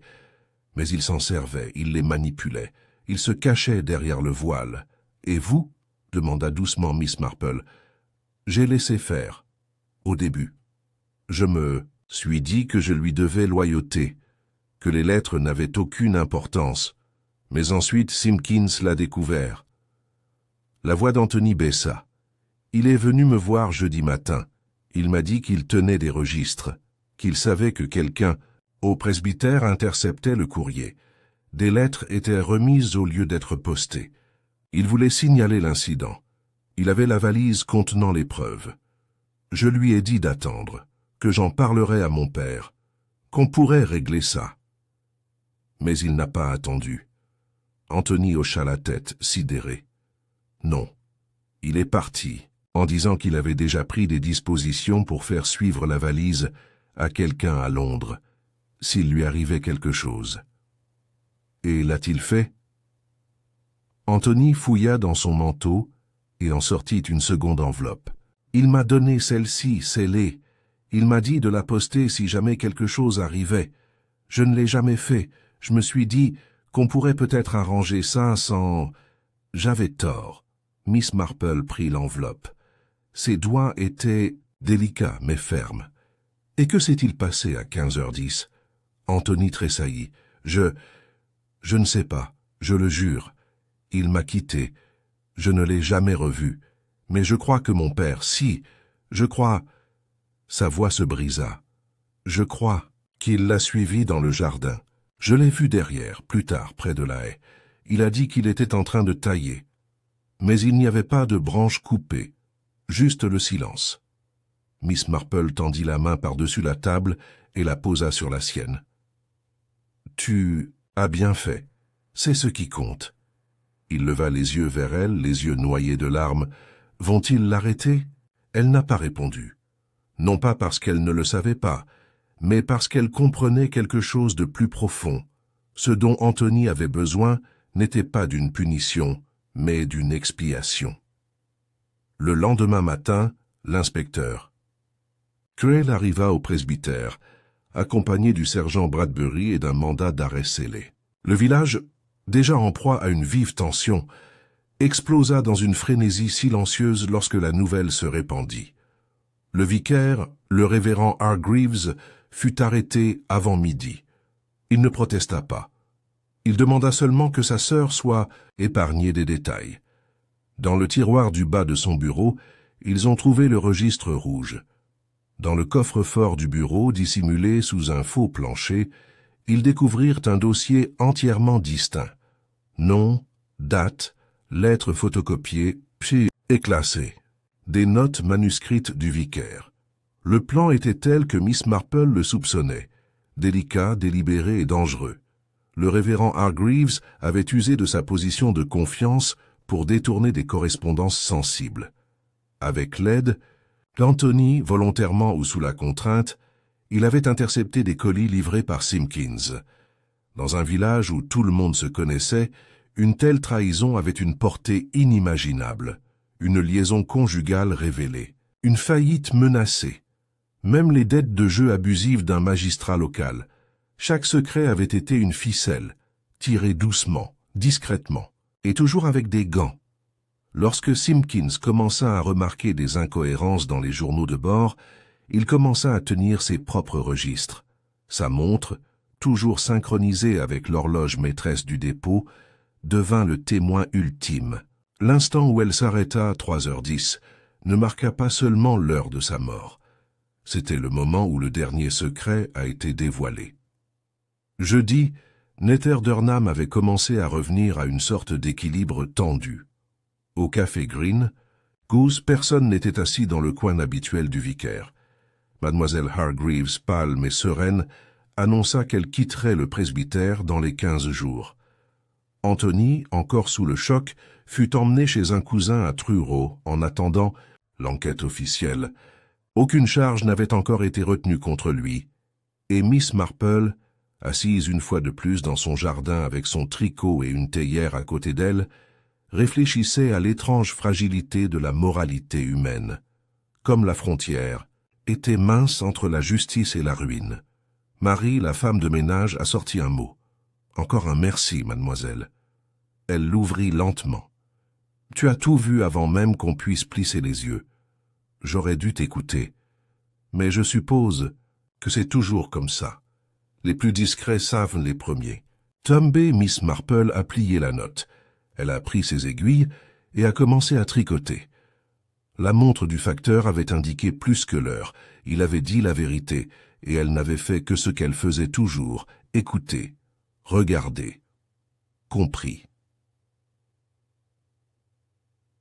La semaine qui suivit l'arrestation du révérend Hargreaves ne se déroula ni dans l'hystérie ni dans le scandale, comme on aurait pu s'y attendre sur un boulevard londonien ou même dans une ville balnéaire, mais dans un climat plus calme et plus rural.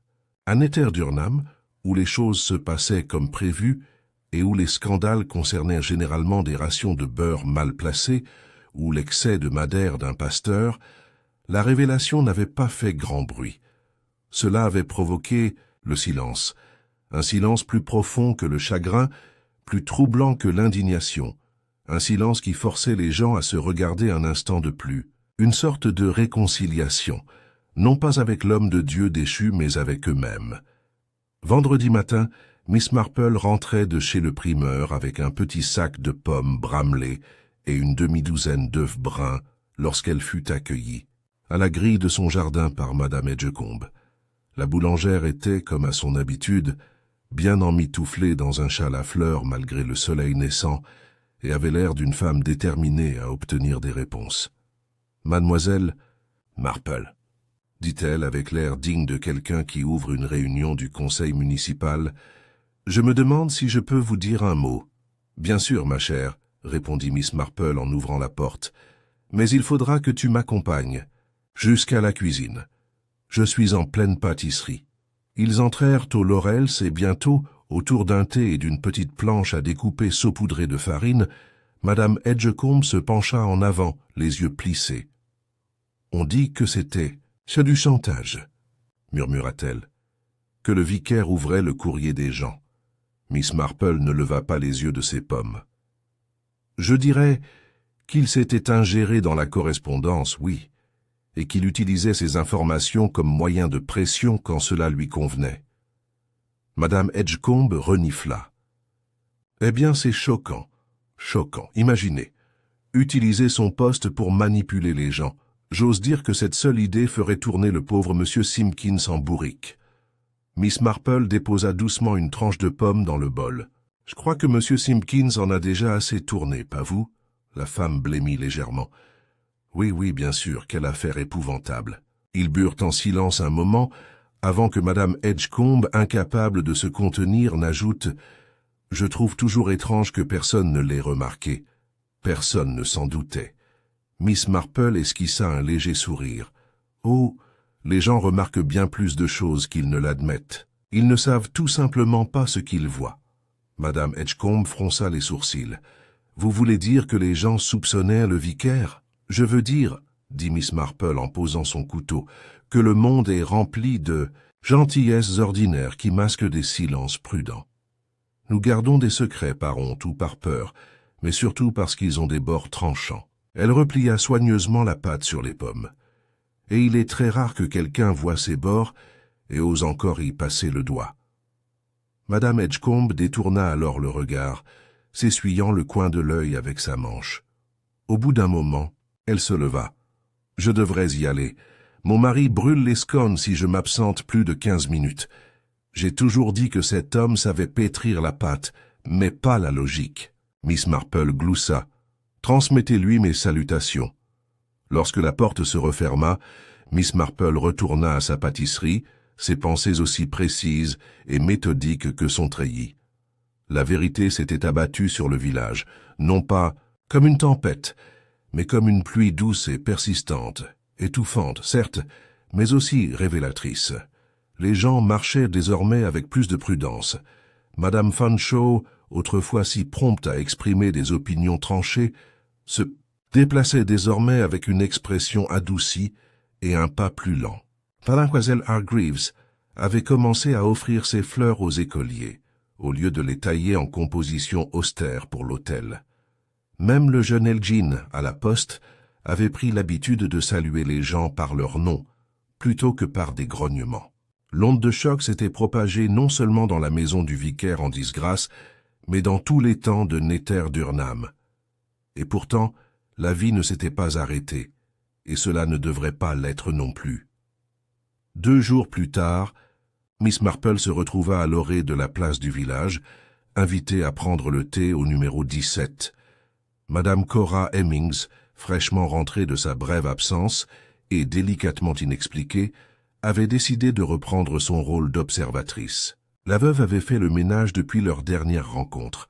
Son châle, bien que toujours présent, était repassé, et le jardin avait été modestement refait. « J'ai décidé, » dit Madame Hemmings tandis qu'il s'installait, « de laisser le passé derrière moi.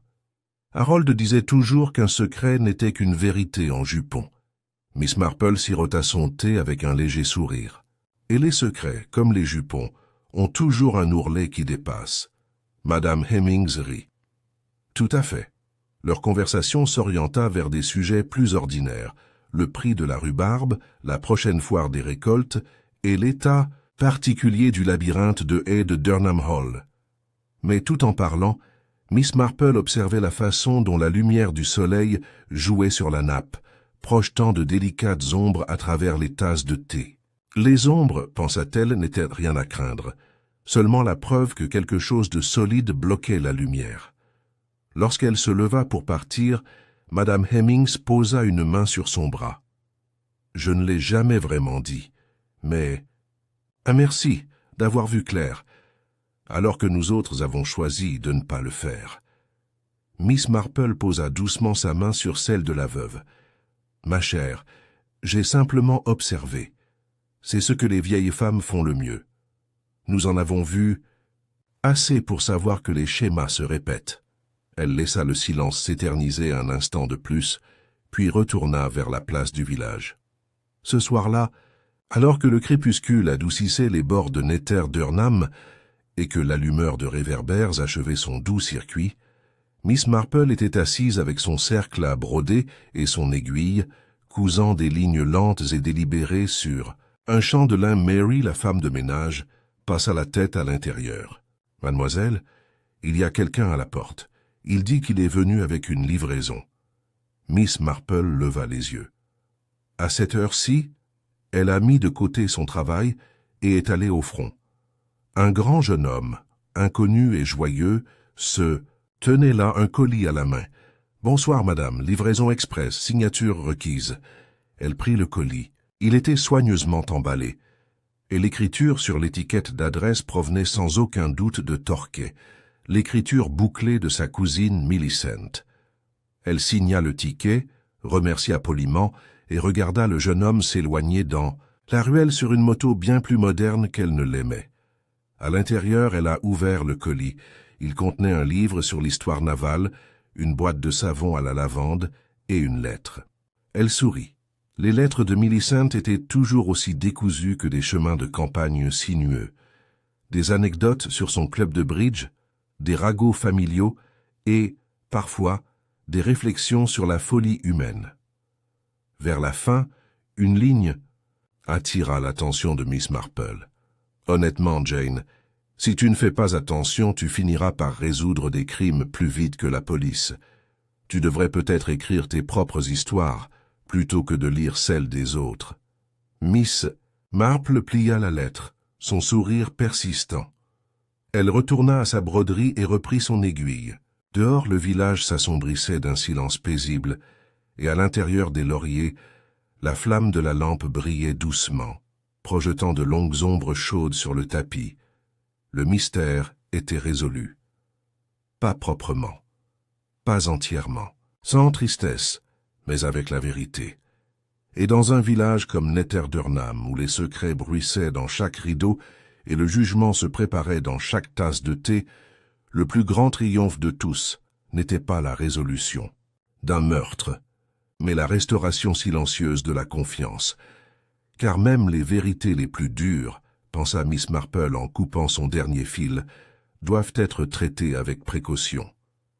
Et parfois avec de la dentelle. Le dimanche après-midi apporta un calme bienvenu. Après des semaines de regards voilés, de soupçons chuchotés et de démêlages étouffés de l'une des figures les plus fidèles de Nether Durham, Le village avait commencé à se reconstruire grâce à ses ressources habituelles. Le thé, le jardinage et le déni. La réunion annuelle du club de jardinage de Netterdurnham, longtemps reportée en raison de désordres dans le village, était de retour au calendrier. Officiellement annoncée comme une exposition de roses et de rhododendrons, chacun savait qu'elle avait un autre objectif, prendre des nouvelles de ses voisins. Qui était devenu plus silencieux? Qui était devenu nerveux? Qui avait trop à dire? Miss Marple, vêtue d'une veste mauve sombre et ornée d'une branche de pois de senteur épinglée à son col, arriva pile à l'heure. Elle apportait un modeste bouquet de dahlias, non inscrit au concours, mais admiré par plus d'un jardinier. Sa présence déclencha une avalanche de hochements de tête subtils, de salutations chaleureuses, et une ou deux retraites précipitées derrière les treillis. « Mademoiselle Marple !» s'écria M. Claybourne, l'expert officieux du village, en courge et en marmotte. « Vos hortensias ont été très discutées à l'Institut des femmes. »« Mon Dieu !» répondit-elle avec un sourire. « J'espère que la discussion était cordiale. Les hortensias, comme les humains, fleurissent mieux lorsqu'ils ne sont pas trop scrutés. » Un rire poli, nerveux mais sincère, tandis qu'elle passait devant les tables de fleurs soigneusement disposées et les tréteaux grelottant sous le poids des gâteaux, Miss Marple observait silencieusement. L'absence du révérend Hargreaves flottait dans l'air comme un courant d'air froid, jamais évoqué directement, mais salué par les légères hésitations des salutations et le sucre versé dans les tasses. Miss Hargreaves, occupant désormais le modeste coin du jardin du presbytère qu'elle considérait encore comme son foyer, se tenait raide derrière une rangée de digitales, l'air à la fois stoïque et perdu. Miss Marple se dirigea vers elle. « Mademoiselle Hargreaves, dit-elle. « Doucement, vos lupins sont tout à fait splendides cette année. » La sœur du vicaire cligna des yeux, puis parvint à esquisser un sourire fragile. « J'imagine que certaines choses doivent continuer à fleurir, même quand d'autres fanent. »« En effet, dit Miss Marple, c'est la leçon des jardins. Je crois, il nous rappelle que la croissance reprend, même après le gel. » La femme hocha la tête. « J'ai pensé à partir. Mon cousin à Norwich a une chambre. Cela peut vous faire du bien. Changer d'air, c'est souvent le cas. Mais ne vous sentez pas obligé de fuir. On oublie plus vite qu'on ne pardonne, mais on oublie. » Mademoiselle Hargreaves baissa les yeux. « J'aurais aimé savoir.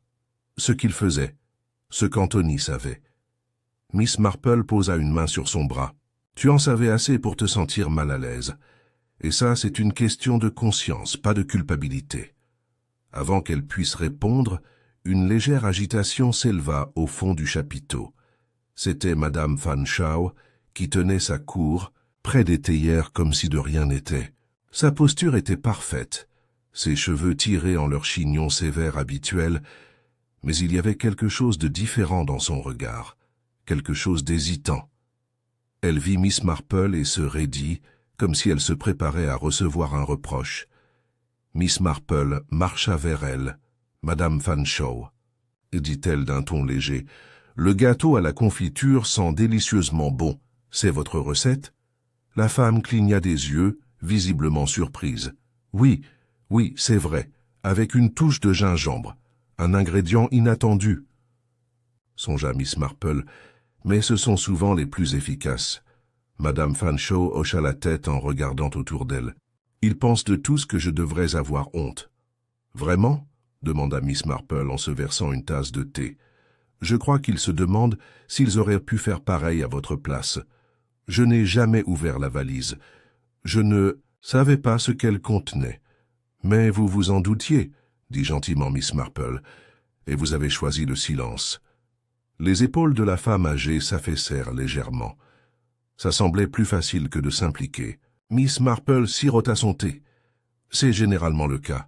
Jusqu'à ce que quelqu'un meure, alors le silence devient vraiment pesant. Il n'y avait aucune réprimande dans sa voix, seulement une compréhension tranquille. Une longue pause s'ensuivit, remplie seulement par le bruissement des banderoles et le tintement discret des tasses à thé. Puis Madame Fanshawe a demandé « Pensez-vous que les gens peuvent changer, Miss Marple ?» Miss Marple réfléchit un instant à la question, puis dit « Je pense que les gens sont capables de changer, mais ils n'en sont pas toujours disposés. Cela demande de l'humilité et le désir d'affronter ce qu'ils sont, et non pas seulement ce qu'ils prétendent être. » Madame Fanshawe fit un très léger signe de tête. « Merci, » dit-elle doucement. Plus tard dans la soirée, de retour au Laurel, Miss Marple était de nouveau assise dans son salon, un petit carnet ouvert à côté d'elle et sa broderie dormant. Sur ses genoux, elle ne pensait pas au meurtre désormais terminé, ni au drame qui continuait à se propager lentement à travers Netterdurnham, comme la fumée à travers les avant-toits. Elle pensait à M. Simpkins, de sa dignité tranquille, de son attention constante, de son service au village. Des petits détails qui le rendaient invisible à ceux qu'il servait, jusqu'à ce que son absence soit plus remarquée que sa présence. Son dernier acte n'avait rien d'héroïque au sens cinématographique du terme. Il n'avait pas prononcé de discours enflammé ni péri en protégeant quelqu'un dans un éclat de gloire. Il avait livré un colis. Il avait tenu un registre. Il avait remarqué ce que les autres avaient rejeté. Et à la fin, il est mort par ceux qu'il a choisi de ne pas détourner le regard. C'était, pensait Miss Marple, un héroïsme du genre le plus profond, le genre rarement loué en public, rarement reconnu, mais absolument essentiel à la construction d'un monde juste. Elle prit à nouveau son tricot, la laine fraîche dans ses doigts. Marie entra avec un plateau. « Votre chocolat, mademoiselle. »« Merci, ma chère. »« Oh !» Et il y avait un mot sur le pas de la porte, de la part de l'inspecteur. Miss Marple le prit et déplia le papier avec soin. Accusation formelle portée. Enquête terminée. Les preuves correspondent exactement à vos déductions. Il a avoué peu avant son transfert au centre de détention du comté. J'espère ne jamais avoir à affronter un jury plus honteux de son propre berger. Crail. Elle plia le billet et le glissa dans la poche de son cardigan. Dehors, le crépuscule s'épaississait. Des moineaux s'installaient dans les haies. Un renard se faufilait entre les jardins, invisible mais sensible. Netterdurnham était à nouveau silencieux, mais pas inchangé. Miss Marple posa son cacao et regarda le jardin où ses rosiers s'agitaient doucement dans la brise du soir. Elle pensa alors, une fois de plus, combien il était étrange que le cœur humain puisse être à la fois si tendre et si perfide, que la bonté puisse cohabiter avec la cruauté, que derrière chaque lettre déposée par la fente d'une porte de chaumière, derrière chaque sourire de voisin, puisse se cacher une histoire de souffrance ou d'espoir, de vengeance ou de rédemption. C'était, selon son expérience, la seule chose qui valait vraiment la peine d'être étudiée. Elle a pris son aiguille et son fil, et j'ai brodé la fleur finale. Tout a commencé, se souvient Miss Marple par un bruit. Pas le cri d'un crieur public, ni le tintement d'une cloche, pas même le grondement du tonnerre ou le fracas de la porcelaine. Non, juste l'absence de pas. Le silence ou le claquement de la sonnette de vélo de M. Simpkins aurait dû passer devant les laurels ce jeudi après-midi. Un son si faible qu'il résonnait à peine dans l'esprit. Pourtant, dans ce silence, tout avait commencé. Près de 15 jours plus tard, Netterdurnham avait retrouvé son rythme. La place du village avait repris ses pique-niques et ses matchs de cricket amicaux. Les lettres tombaient à nouveau par les portes. Une odeur d'oignons frits émanait du panier à frites le vendredi, et les pages du Durham Echo, récemment gonflées de reportages feutrés sur la disgrâce du vicaire, étaient revenues aux histoires de chèvres échappées et de surplus de confiture du WI. Mais ce n'était pas tout à fait la même chose. Même les haies semblèrent désormais plus droites, comme si le village lui-même était plus alerte. Et dans The Laurels, la vie se déroulait avec sa dignité tranquille habituelle. Ce matin-là, Miss Marple s'était levée tôt pour s'occuper de ses mignonnettes. Elle avait arraché quelques feuilles brunies des tiges, brossé délicatement la terre, où les fourmis avaient commencé leur silencieuse construction, et déposer un plat d'eau bleue craquelée au pied de la haie de romarin pour les rouges-gorges. Chaque chose à sa place. À l'intérieur, le soleil filtrait à travers ses rideaux de dentelle, transformant l'air en or. Mary époussetait le miroir du couloir. « Accueillerez-vous des visiteurs ce matin, mademoiselle ?»« Seulement s'ils apportent une conversation intéressante ou des scones horribles, » répondit Miss Marple en souriant faiblement. Elle s'assit à sa table près de la fenêtre avec un pot d'Earl Grey, ses ouvrages à l'aiguille prêts et son papier à lettres mis de côté pour la correspondance. Et puis, elle l'a entendu. Le bruit de la porte, doux, délibéré, familier. Ce n'était pas le facteur. Le jeune Grégory avait hérité de l'itinéraire de Simpkins, mais son cliquetis de portail était maladroit et trop rapide. Non, ce son était prudent. Réfléchi. Un instant plus tard, Anthony Hargreaves apparut sur le chemin de devant. Miss Marple se leva et ouvrit la porte avant qu'il ne puisse frapper. Il avait meilleure mine. Il n'avait plus les yeux creux ni la honte. Il avait l'air de quelqu'un qui porte un poids, mais son dos était droit. Mademoiselle Marple, ça dit-il avec un léger hochement de tête. J'espérais vous parler. Entrez, ma chérie. Vous prendrez du thé, j'imagine. Ils étaient assis l'un en face de l'autre dans le salon. Anthony, les mains jointes, reposait sur ses genoux. Son regard se posait de temps à autre sur les napperons en dentelle, le tic-tac de la cheminée, le panier de laine usé dans un coin. « Je pars demain, » dit-il enfin. « Pour Norwich ?»« Pour l'instant, oui. J'ai un cousin là-bas qui m'a proposé un poste de commis. Ce n'est pas grand-chose, mais c'est propre. » Elle lui versa du thé sans un mot. « Je ne m'attends pas à être pardonné, » a-t-il poursuivi, « mais je voulais vous dire merci. Vous n'aviez pas besoin de m'aider, ni de me croire. Je ne l'ai pas fait, » dit doucement Miss Marple. « Je croyais que tu avais fait une erreur, mais je croyais aussi que tu souhaitais la réparer. C'est toute la différence. » Anthony hocha la tête, puis sortit de la poche de son manteau un petit objet enveloppé dans un mouchoir en lin. Il le posa sur la table. « Je pensais que tu devrais avoir ça. » Elle l'a déballé. La montre de M. Simpkins. Son cadran se fendillait légèrement à un coin.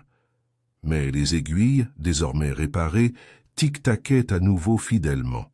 « Je l'ai fait réparer, » dit-il. « Je pensais que ça pouvait continuer. » Miss Marple toucha la surface argentée et froide du bout des doigts. « Cette montre, » dit-elle, disait la vérité avec plus d'honnêteté que la plupart des gens ne le font avec des mots. Elle marquait non seulement un moment mais un avertissement. « Je veux faire mieux, » dit-il doucement. « Bien utiliser mon temps. » Elle sourit. « C'est tout ce que nous pouvons essayer. » Ils restèrent assis un moment en silence. Puis, il se leva. « Je devrais y aller. Le train n'attend pas. » Elle l'accompagna jusqu'à la porte. Alors qu'il s'engageait dans la ruelle, il s'arrêta et regarda derrière lui. « J'espère revenir un jour, quand je l'aurai mérité. Tu le sauras quand ce sera le moment, » dit-elle. Et puis, il est parti. Plus tard, dans l'après-midi, Miss Marple écrivit une lettre à sa cousine Millicent à Torquay. On y lisait. « Chère Millicent, vous aviez tout à fait raison. Il y a quelque chose de romanesque dans la façon dont ces choses se déroulent. Mais j'ose dire que si la fiction met de l'ordre dans les choses, en racontant soigneusement le mobile et le meurtre, la vie réelle nous raconte des histoires que nous ne démêlons jamais complètement. La vérité, Millicent, c'est que les gens agissent rarement pour une seule raison. Nous sommes des boules de peur et d'orgueil, de honte et de faim, et parfois, quand ils pensent que personne ne les regarde, ils agissent aussi par bonté. Monsieur Simpkins a vu quelque chose d'anormal. Il n'a rien dit à voix haute. Il n'a pas écrit de gros titres. Il a simplement agi selon sa conscience, et ce faisant est devenu une sorte de héros discret. Cela me rappelle que la justice ne vient pas toujours des tribunaux ou des cellules. Parfois, elle survient dans la pause d'un village, dans un long regard entre voisins, dans la petite décision de ne pas mentir. Je vais bien. Le jardin est à nouveau plein d'abeilles. les roses fleuriront dans une semaine. Elle plia soigneusement le papier et le scella avec une goutte de cire violette. Dehors, le soleil baissait les haies.